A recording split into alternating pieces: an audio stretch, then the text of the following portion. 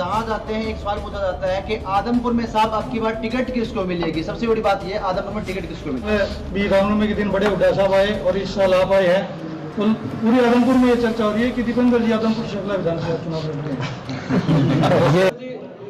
आज आप रामनवमी के अवसर पर आदमपुर में आए हैं, हालांकि ये एक भाईचारे का प्रतीक मैं इसे कहूँगा, लेकिन विपक्ष द्वारा मतलब आरोप लगाए जा रहे हैं कि ये सिर्फ विधानसभा चुनाव नजदीक है इसलिए बार बार हल्के में दीपेंद्र जी अपनी पैठ जमाने के लिए आ रहे हैं। पहले कह रहे थे कि बाई इलेक्शन नजदीक है इसलिए बार बार आ रहे हैं, अब कह रहे हैं विधानसभा चुनाव नजदीक है इसलिए बार बार आ रहे हैं।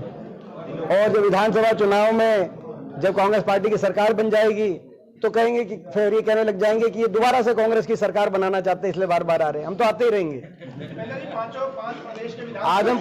आदमपुर विधानसभा क्षेत्र से हमारा पारिवारिक जुड़ाव भी है।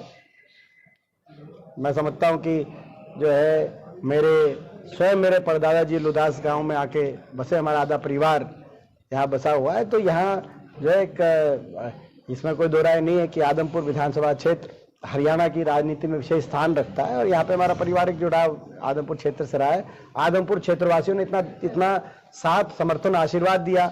हरियाणा की राजनीति जब एक नाजुक मोड़ पे थी उस समय यहाँ पर बाई उपचुनाव में जयप्रकाश जी को एक लगभग बराबर की टक्कर जिसे कहा जाएगा, क्योंकि सत्ता बल बाई इलेक्शन में आप समझ सकते हो इतना मार्जिन, बहुत बड़ी संख्या में 36 बिरादरी ने जो आशीर्वादों का साथ दिया।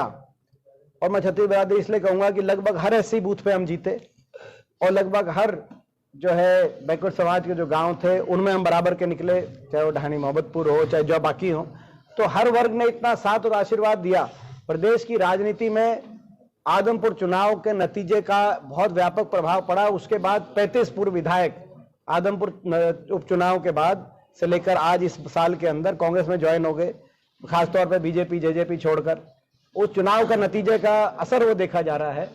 तो ये मैं समझता हूं कि आदमपुर चुनाव एमपी साहब एक सवाल रहेगा, जहां जाते हैं एक सवाल पूछा जाता है कि आदमपुर में साहब आपकी बार टिकट किसको मिलेगी। सबसे बड़ी बात ये आदमपुर में टिकट किसको मिलेगी। जब ये उपचुनाव था तो आप सवाल पूछते तो हम क्या जवाब देते थे? हम ये जवाब देते थे कि लोग इसको कहेंगे उसी को कांग्रेस पार्टी उम्मीदवार बनाएगी।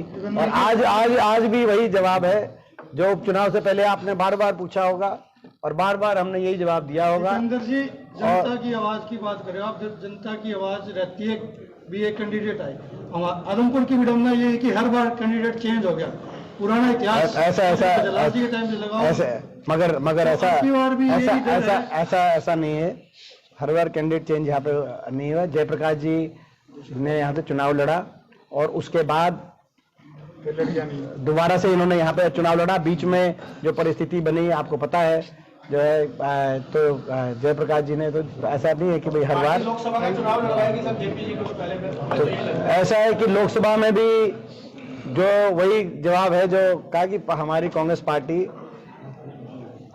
पूरे, आप देखा होगा आपने जो 4 प्रदेशों के 5 प्रदेशों में चुनाव चल रहे हैं, इन चुनाव के अंदर भी क्या परिणाम रहने वाला है। कांग्रेस पार्टी ने बड़ा सर्वे के आधार पर चली है और लोकसभा की बात हो विधानसभा की बात हो, सर्वे के आधार पर जिता हुआ उम्मीदवार मैं समझता हूं हरियाणा के अंदर भी कांग्रेस पार्टी का शीर्ष नेतृत्व उतारने का काम करेगा। आज प्रदेश में चौधरी भूपेंद्र सिंह हुड्डा जी के नेतृत्व में एक लहर चल रही है। चौधरी उदय भान जी की अध्यक्षता में कांग्रेस पार्टी दिन रात मजबूत हो रही है। कांग्रेस पार्टी पूरे प्रदेश में एक ही बात आ रही है चारों तरफ कि कांग्रेस पार्टी की सरकार आ रही है हुड्डा साहब के नेतृत्व में, उदय भान जी की अध्यक्षता में, और बीजेपी जेजेपी की एक खट्टर दुष्यंत सरकार ये जा रही है। अहंकारी सरकार है और इनका अहंकार जल्दी टूटने वाला है, इनका घमंड टूटने वाला है। जहां तक 5 प्रदेशों की आप बात कर रहे थे, 5 प्रदेशों में हमें उम्मीद है कि अच्छा प्रदर्शन कांग्रेस पार्टी का हर प्रदेश में रहेगा। स्कोर क्या रहेगा? स्कोर तो मैं समझता हूं कि बड़ा अच्छा प्रदर्शन रहेगा, बहुत कांग्रेस पार्टी का अच्छा प्रदर्शन रहेगा। कोई ताजुब नहीं होगा अगर कांग्रेस पार्टी अधिकतर प्रदेशों में कांग्रेस पार्टी की सरकार बड़े बहुमत से बना पाए। रिबंदर जी, आदमपुर से आप अपना ताल्लुक बता रहे हैं पुराना, और पिछली साल भी रामनवमी के दिन बड़े हुड्डा साहब आए और इस साल आप आए हैं, तो पूरे आदमपुर में ये चर्चा हो रही है कि दीपेंद्र जी आदमपुर शहर विधानसभा चुनाव लड़ रहे हैं। ये खलबली 105-7 की तरफ भी हो रही थी सुबह। ये तो आपका कोई प्रश्न नहीं हुआ, ये तो आप चर्चा का बता रहे। मेरी जानकारी के लिए धन्यवाद, आपने जो जानकारी दी।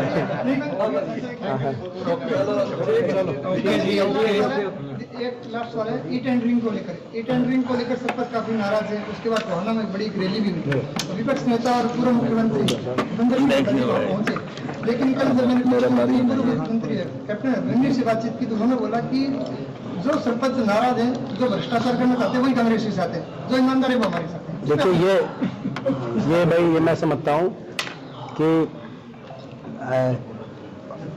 आज पूरे देश में भारतीय जनता पार्टी की जो बाकी सरकारें हैं, उन सरकारों में पंचायती राज संस्थाओं को जो अधिकार दिए जा रहे हैं, चाहे उत्तर प्रदेश की सरकार हो चाहे मध्य प्रदेश की सरकार हो, क्या उसके बराबरी के अधिकार मध्य प्रदेश में तो चली जाएगी अब इनकी सरकार, लेकिन अभी तक जो दिए जा रहे थे, क्या उसके बराबरी के अधिकार हरियाणा के सरपंचों को नहीं दिए जाने चाहिए? या ये कहना चाहते हैं कि उत्तर प्रदेश में जो अधिकार दिए जा रहे हैं वहां पे बीजेपी के साथ जो लगे हैं वो सारे जो है भ्रष्ट सरपंच है, मध्य प्रदेश में सारे भ्रष्ट सरपंच है, गुजरात में सारे भ्रष्ट सरपंच है, वहां अधिकार दिए जा रहे हैं।